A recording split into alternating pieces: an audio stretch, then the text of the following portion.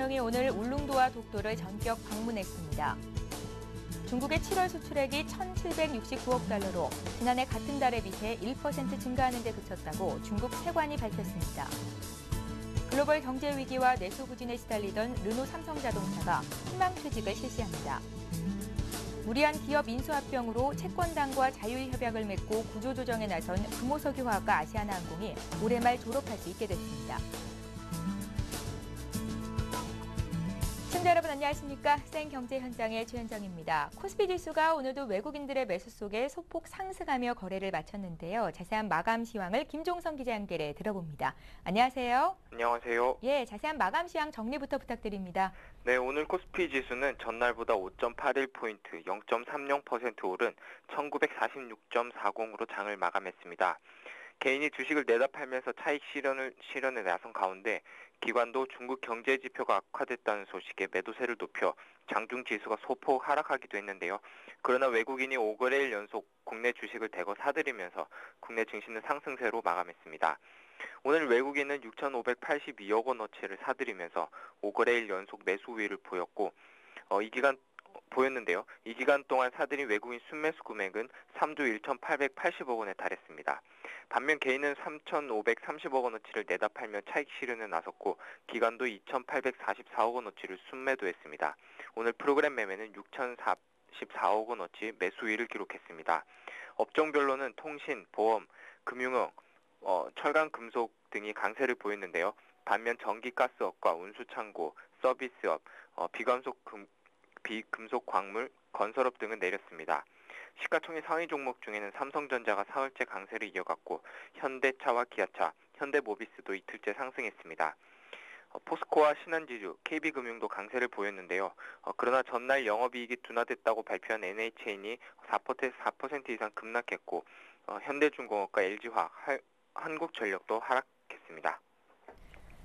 예, 최근 들어서 외국인들의 주식 매수 강화로 증시가 급등했는데요. 이에 따라 대형주 펀드들의 수익률이 고공행진을 하고 있다고요? 네, 그렇습니다. 펀드 평가사 제로인에 따르면 9일 기준으로 우리 슈퍼 부티자 주식 펀드는 일주일간 수익률 4.07%를 기록했습니다. 이 펀드의 최근 3개월 수익률이 마이너스 7.76%인 점과 비교하면 단기 수익률이 크게 오른 셈인데요. 하나 스마트 포커스 목표 전환 주식 펀드와 유리 국민의 선택 1 펀드도 등의 주간 수익률도 양호한 모습을 보였습니다. 이들 펀드들의 수익률이 개선된 것은 최근 유럽과 미국에서 경기 부양책에 대한 기대가 커지면서 외국인의 매수세에 힘입어 전기전자와 화학, 운수장비 등 대형주들의 주가가 급등했기 때문인데요. 특히 외국인 매수세가 집중된 화학업종과 전기전자, 운수장비 업종의 비중이 큰 대형주 펀드들이 높은 성과를 올리고 있는 모습이었습니다. 전문가들은 9월 중순으로 예정된 미국과 유럽의 정책 이벤트 결과에 따라 국내 증시가 안도 랠리를 넘어 유동성 랠리로 진입할 가능성이 큰 만큼 대형주 펀드에 주목할 필요가 있다고 조언하고 있는데요. 김우정 동양증권연구원은 현재 글로벌 경기 부양책에 대한 기대감이 있는 상황에서 외국인들의 수급이 국내 증시를 움직일 것으로 예상된다며 현재 단기 지수 급등에 대한 부담은 존재하지만 외국인의 대형주 매입이 계속될 수 있어 대형주 펀드들의 투자 매력은 여전히 높은 상태라고 설명했습니다. 예, 올 들어 잦은 상장 폐지를 위한 공개 매수가 잇따르고 있는데요. 공개 매수 업무 대행을 통해 얻는 수수료가 증권사들에게 좋은 수익원이 되고 있다고요. 네, 그렇습니다. 금융감독원에 따르면 올 들어서 최대 주주가 공개 매수를 취지한 12개 상장사 가운데 7개는 잦은 상장 폐지를 위한 공개 매수에 나선 기업들로 집계됐습니다.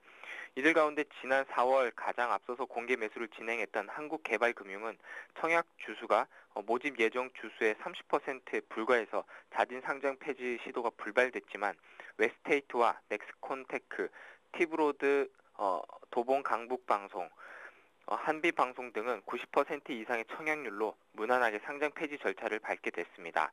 잦은 상장 폐지 추진을 위한 첫 단추인 공개 매수가 성공적으로 마무리되면 이들 기업을 비상장의 길로 이끄는 역할을 맡는 증권사들은 계약상 정해진 수수료를 지급받게 됩니다. 이는 공개 매수 신고서 등 당국에 제출하는 서류 작성과 주주별 청약 계좌 관리, 결제 대행 등의 업무를 제공하는 데 대한 대가인데요.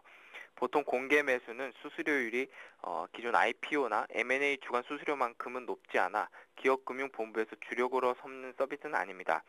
그렇지만 최근처럼 IPO 시장이 위축된 상태에서 자진 퇴출 기업들만 늘어나는 시기에는 이러한 공개 매수도 증권사의 쏠쏠한 수익원이 되기도 하는데요. 보통은 공개 매수 금액의 0.3%에서 많게는 2% 이상의 수수료를 챙길 수 있습니다. 한 대형 증권사의 M&A부 관계자는 평소 해당 기업과 IPO, 증자, 회사채 발행 등을 통해 인연이 있는 증권사들이 공개 매수 주관을 위한 입찰 제한 요청서를 받을 수 있기 때문에 이 분야의 증권사들의 경쟁이 점점 치열해지고 있다고 설명했습니다. 예, 오늘 증시 관련 소식은 김종성 기자에게 들어봤습니다. 고맙습니다. 고맙습니다.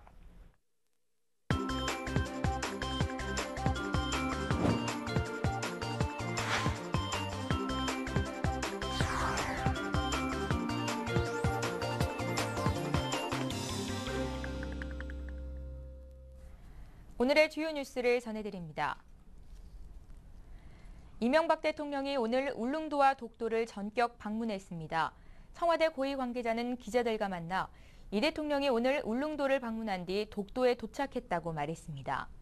이로써 이 대통령은 대한민국 대통령으로서는 처음으로 독도 땅을 밟았습니다. 특히 이 대통령의 독도 방문은 다음 주 8.15 광복절을 앞두고 독도는 우리 땅이라는 사실을 대내외에 공식 선포한 것이어서 주목됩니다. 우리 정부는 이 대통령의 울릉도 독도 방문을 일본 정부에 알리지 않았다고 밝혔습니다. 일본 정부는 이 대통령의 독도 방문이 한일 관계를 악화시킬 것이라고 항의하고 무토 마사토시 주한 일본 대사를 소환하겠다고 밝히는 등 한일 관계가 크게 경색될 전망입니다. 중국의 7월 수출액이 1,769억 달러로 지난해 같은 달에 비해 1% 증가하는 데 그쳤다고 중국 세관이 밝혔습니다.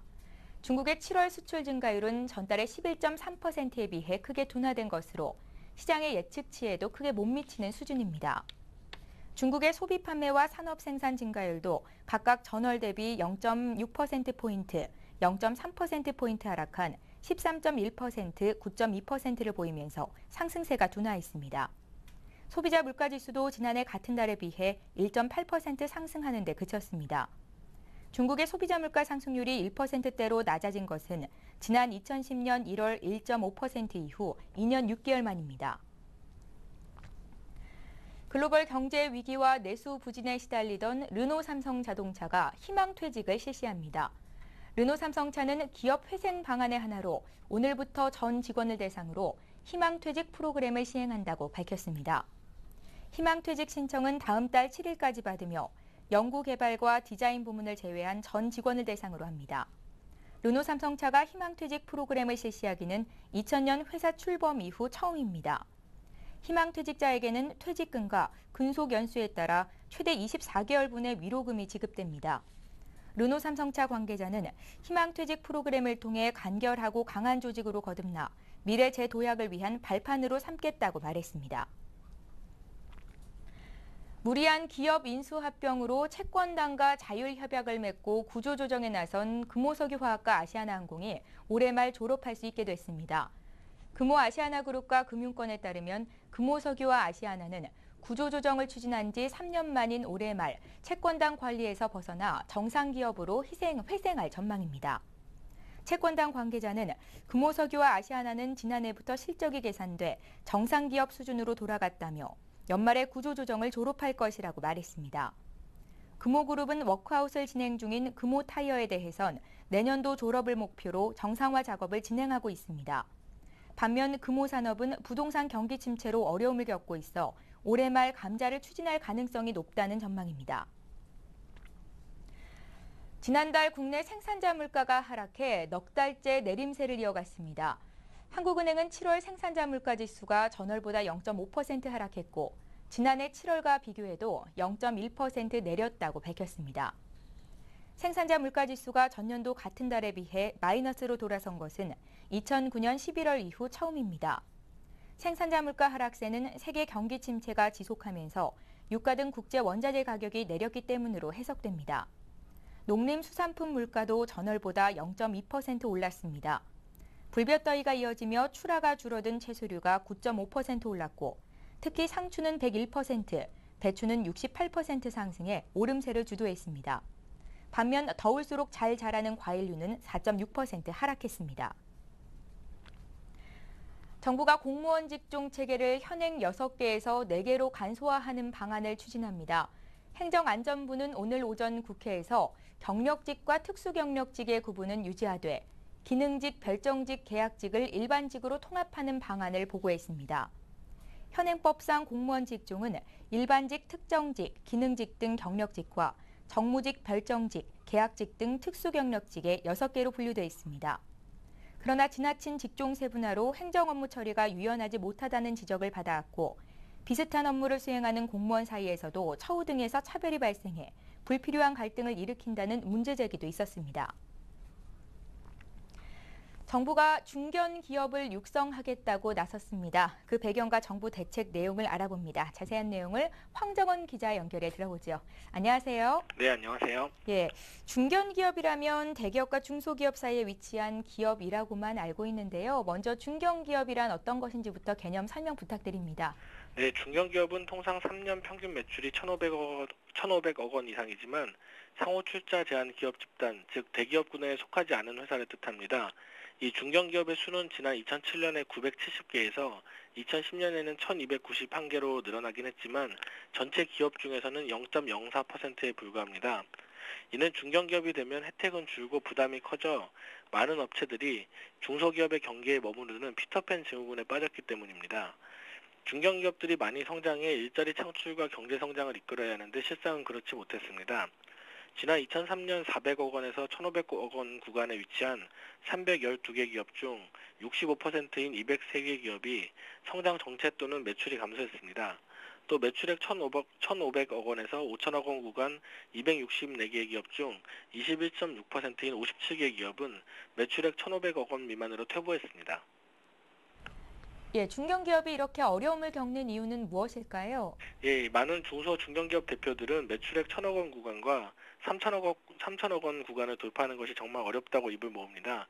이 시기에는 최고 경영자, 즉 CEO 혼자의 힘에서 시스템 경영체제로 전환해야 합니다. 그러나 중견기업으로 규모는 커졌지만 중소기업 때부터 겪어온 애로는 지속되고 글로벌 전문기업으로 도약하기 위한 핵심 역량도 취약합니다. 더불어 고급 인력 수요는 증가하지만 취업 기피나 조기 이직 등 인재 수급난이 여전한 악순환이 지속됩니다. 이 중견기업연합회가 509개 중견기업에 대해서 애로 요인 실태 조사를 했는데요. 이 결과에 따르면 전문 인력 확보가 38.1%가 응답해 가장 큰 어려움으로 꼽혔고 이 외에도 조세 혜택 감소, 자금 조달, 하도급 등 보호장치 배제 등에 대한 어려움을 나타냈습니다. 예, 그렇다면 정부가 발표한 대책은 어떤 내용을 담고 있습니까? 정부는 오늘 2015년까지 중견기업 수를 3,000개 이상으로 늘리기 위한 중견기업 3,000 플러스 프로젝트를 발표했습니다. 내용은 앞서 말씀드린 중견기업들이 애로 요인으로 호소하는 부분을 해소하는 데 주력했습니다. 우선 정부는 재정, 세제 지원을 적극 확대하기로 했습니다. 애초 중견기업이 되면 정책금융 대상에서 제외되지만 정부는 산업은행과 정책금융공사 등을 통해서 중견기업에 1조 원가량의 자금 공급을 늘릴 방침입니다. 중견기업의 세부담을 줄여주기 위해서는 매출액 1,500억 원 이하의 기업에 대해서만 적용됐던 가업승계 상속세 공제를 내년부터 2,000억 원 이하 기업으로 확대하기로 했고요. 또 매출액 3,000억 원 미만 중견기업을 위한 연구인력 개발 세액 공제 구간을 기존의 3%에서 6% 사이였는데 8%로 늘리기로 했습니다. 하도급과 관련해서도 그동안 중견기업은 중소기업 졸업과 동시에 하도급법상 대기업으로 분류돼 대금 지급 기일과 결제수단 등에서 불이익이 발생하더라도 보호받을 만한 제도적 장치가 부족했습니다. 하지만 정부는 앞으로 중견기업을 하도급 거래 보호 대상에 포함시켜 동반성장 지원 대상으로 인정할 계획입니다. 또 이 외에도 중견기업이 우수 인력을 유치하기 위해 직원과 기업이 매칭 형태로 목돈을 마련할 수 있는 장기 재직자 지원 프로그램도 새로 만들어집니다. 예, 지금까지 성장기업부의 황정원 기자와 함께했습니다. 고맙습니다. 네, 감사합니다.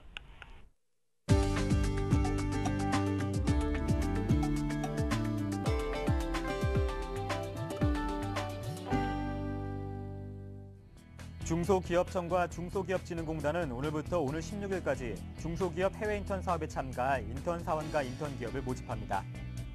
중소기업 해외 인턴 사업은 영어나 현지 언어로 소통이 가능하고 자질이 우수한 대학 재학생이나 청년 미취업자를 대상으로 무역 실무와 해외 마케팅 등을 교육한 후 수출 중소기업의 해외 현지 법인이나 현지 기업, 제외 동포기업 등에 3개월에서 6개월간 파견하는 사업입니다. 해외 인턴들에 대해선 항공료와 비자 비용, 교육비, 체재비 등 대부분의 비용이 지원됩니다. 자동차 부품업체 만도는 지난달 27일 노조의 전면 파업에 맞서 단행한 직장 폐쇄를 오늘 14일 오전 7시부터 해제한다고 밝혔습니다. 만도는 노조가 파업을 계속할 가능성의 이유로 직장 폐쇄를 유지했지만 고용노동부가 철회를 요청하는 행정지도 공문을 내려보냄에 따라 철회를 결정했습니다. 회사 측은 산업계 전반에 미치는 영향과 회사의 발전, 종업원의 고용 안정 등을 종합적으로 검토해 직장 폐쇄를 해제하기로 결정했다고 말했습니다. 영국 최대 유통업체 테스코가 홈플러스의 스마트 가상 스토어를 올림픽이 열리고 있는 영국 런던 공항에 적용했습니다. 홈플러스는 테스코가 영국 게트윅 공항에서 오늘 19일까지 가상 스토어를 운영한다고 밝혔습니다. 공항 이용객들이 가상 스토어를 방문해 스캔을 통해 물품을 구매하면 입국일에 맞춰 물건이 집으로 배송됩니다.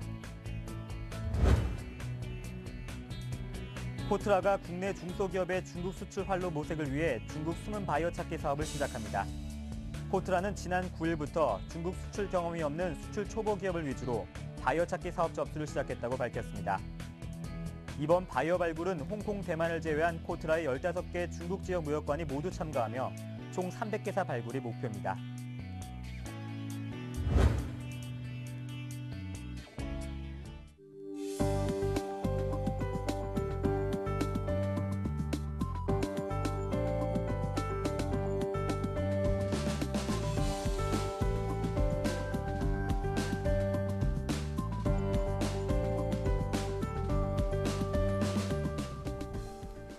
오늘 생경제 현장은 여기까지입니다. 시청해주신 여러분 고맙습니다.